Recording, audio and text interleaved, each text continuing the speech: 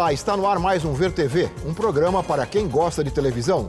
Nós discutimos aqui toda semana o papel da TV na sociedade brasileira e você é sempre o nosso convidado.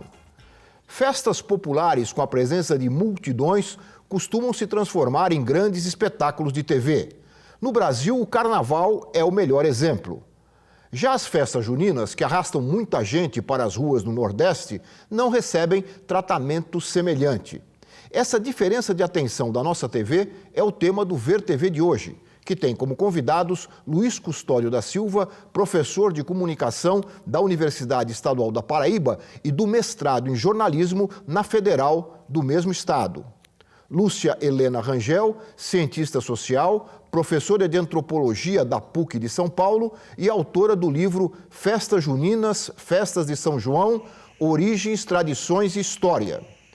E Iacir Chediak, violeiro e compositor, pesquisador de folclore e música de raiz.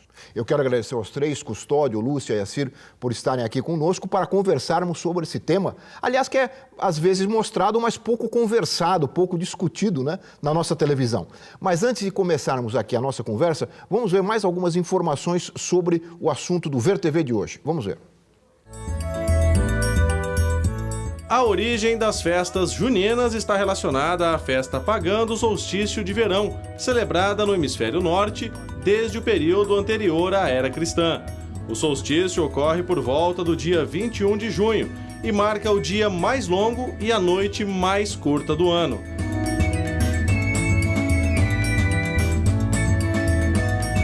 Na Idade Média, com influência da Igreja Católica, a festa ganhou um novo significado, homenageando o nascimento de três santos no mês de junho: Santo Antônio, São Pedro e São João.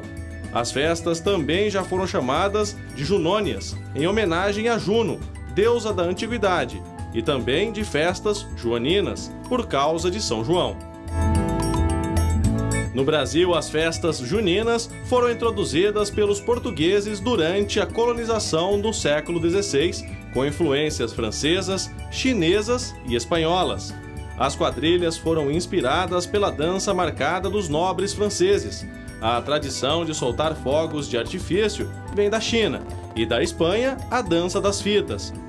Com o passar do tempo, essas tradições se misturaram com aspectos nacionais, como a cultura caipira, a culinária indígena e a música nordestina. Quando olhei a terra ardendo, qual fogueira de São João, eu perguntei a Deus do céu, ai, por que tamanha judiação? As festas juninas são comemoradas por todos os cantos do país, mas cada região tem suas particularidades. Enquanto as festas no Sul e Sudeste são mais modestas e realizadas principalmente em escolas e clubes, no Nordeste as festas causam uma comoção enorme e levam milhares de pessoas às ruas em mega eventos que contam com atrações musicais de peso. Caruaru, em Pernambuco, e Campina Grande, na Paraíba, disputam para ver quem realiza a maior festa de São João do mundo.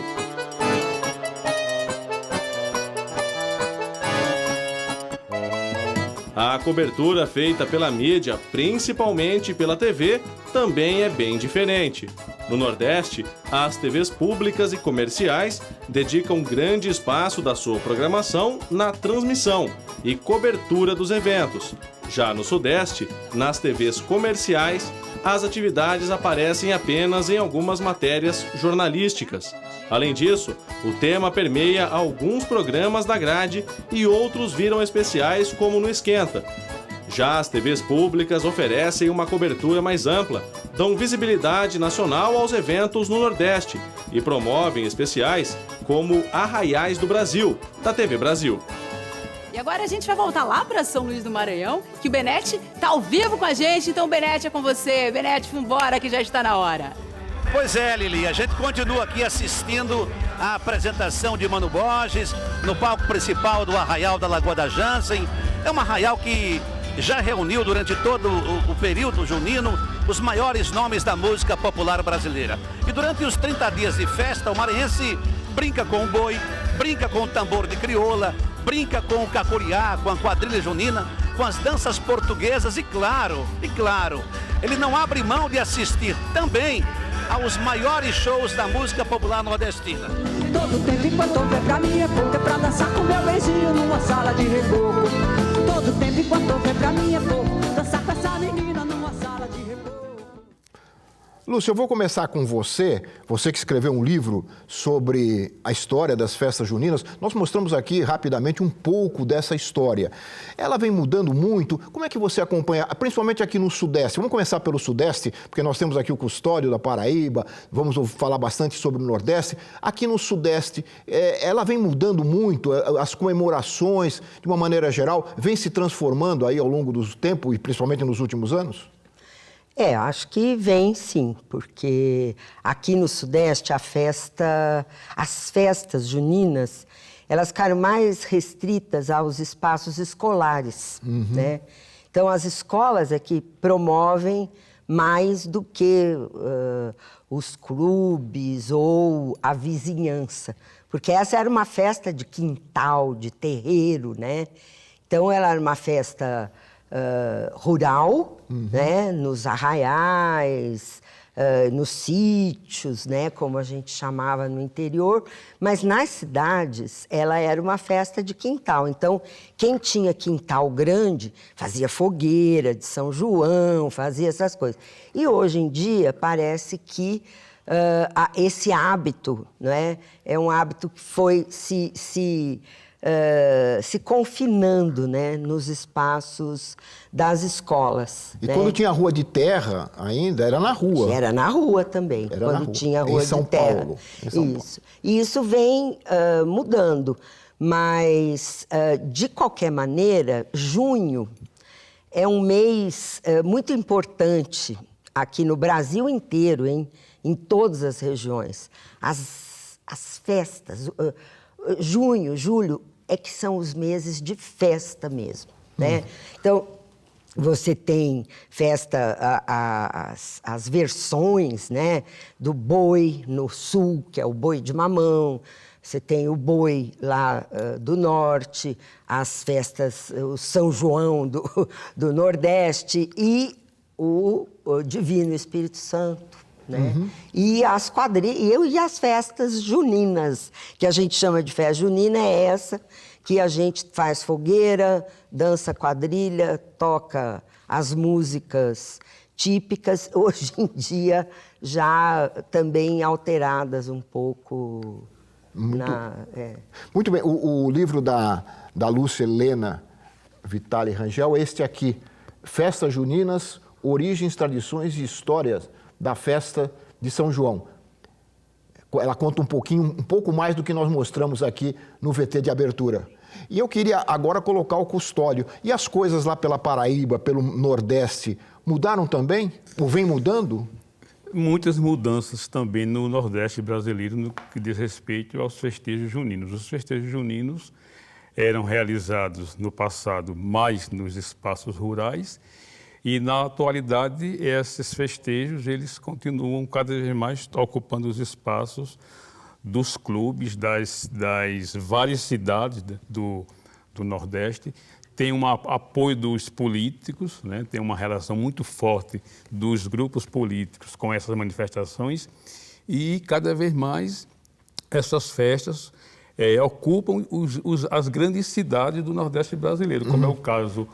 na Paraíba, de Campina Grande e Caruaru, em Pernambuco. E cada ano essas mudanças estão sendo fortalecidas. Muitas críticas por parte de alguns pesquisadores, por parte de alguns defensores das manifestações como eram realizadas de uma forma mais tradicional, principalmente no que diz respeito às quadrilhas juninas. Tem muitos pesquisadores que até hoje não perdoam o fato das quadrilhas juninas estarem sendo realizadas com uma indumentária completamente diferente, né, do passado, e também a questão de como essas festas elas fogem um pouco do modelo tradicional, da concepção tradicional como era o São João no passado. O certo é que esses festejos eles continuam sendo reinventados, apesar de muitas críticas, apesar de muitos questionamentos. Nós realizamos, por exemplo, um evento em Campina Grande, pela Universidade Estadual da Paraíba, o seminário dos festejos juninos no contexto da Foco Comunicação e da cultura popular. Nós já vamos para a 12ª edição do evento. E cada edição, os pesquisadores do Nordeste, os pesquisadores de várias regiões do país, participam desse evento exatamente tentando explicar quais são as variáveis, quais são as razões dessas mudanças e dessas transformações. O certo é que os festejos juninos continuam sendo realizados com uma enorme participação popular, essa que é a verdade, mesmo com algumas interferências de grupos políticos, de publicidade, não é isso? Que muitas vezes descaracterizam essas manifestações como elas eram realizadas no passado, mas o povo continua reinventando e se apropriando dessas festas na atualidade. Uhum. E o repertório das músicas para essa época? A gente conhece desde criança, né? A Lu lembrou bem aqui no começo do programa as festas nas escolas, né? Então as musiquinhas tocadas nas escolas são conhecidas no Brasil todo. E essas músicas que são tocadas hoje, nesses grandes eventos, por exemplo, das festas juninas, como é que você vê esse repertório? Eu participo desses eventos como o cara que faz o show. E isso me dá uma visão de quem está fazendo o show para aquele público. Eu, como violeiro, trabalho o lado autêntico, a música verdadeira. Que a Inesita chamava de raiz? Isso, a Inesita, nossa mestre, sempre colocava e batia o pé, graças a Deus.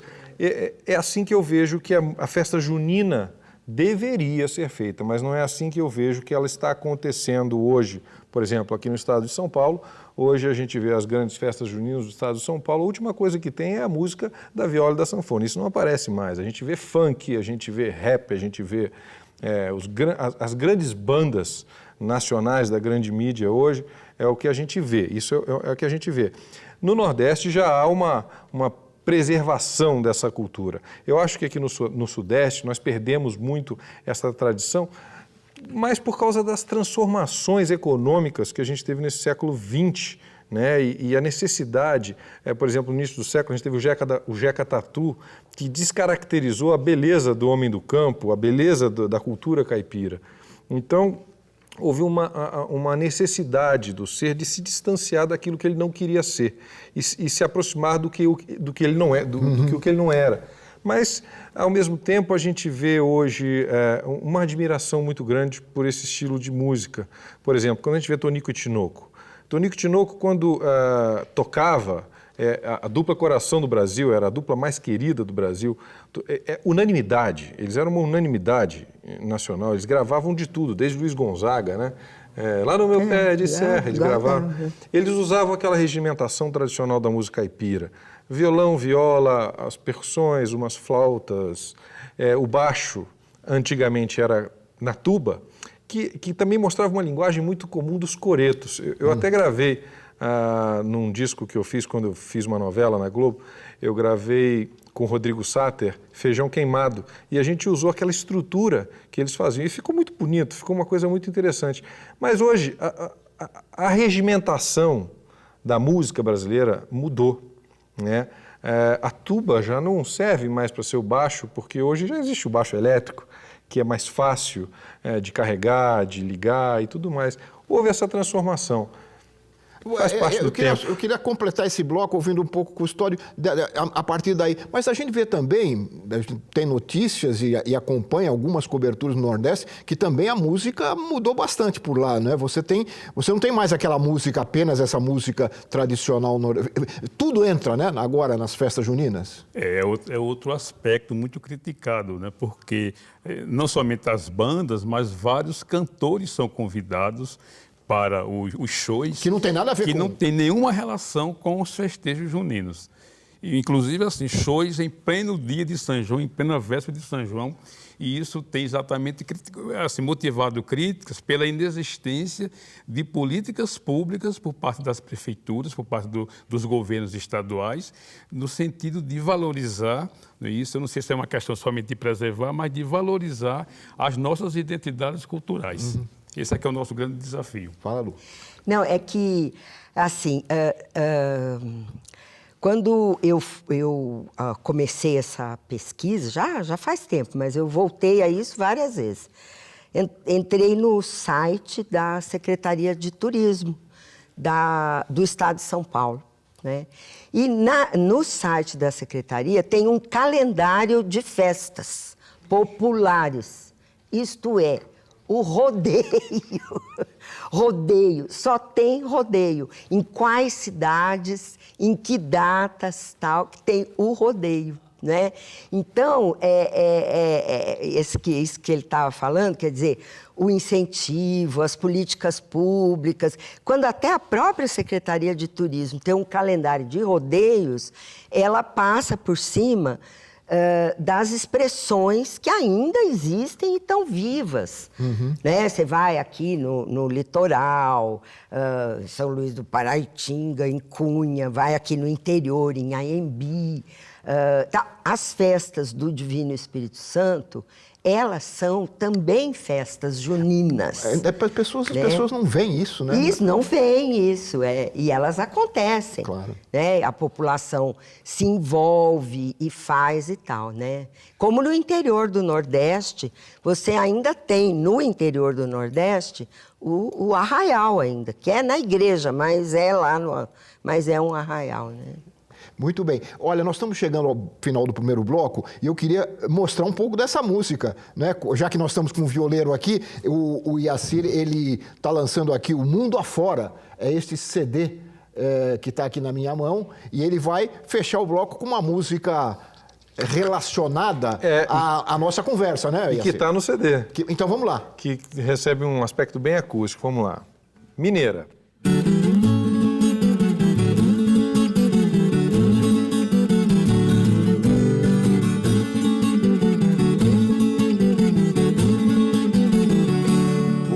Da Napinha e a pinha no pinheiro, arrasta pedra em Minas, lá em Minas da Mineiro. O Euai lá em Minas da Mineiro, e o pinhão da Napinha e a pinha no pinheiro. Sou violeiro, catireiro e folgazão, cantador de profissão, viajado como que. Vou de fandango, danço tango, e se tiver um gostoso arrasta-pé, eu danço até o amanhecer.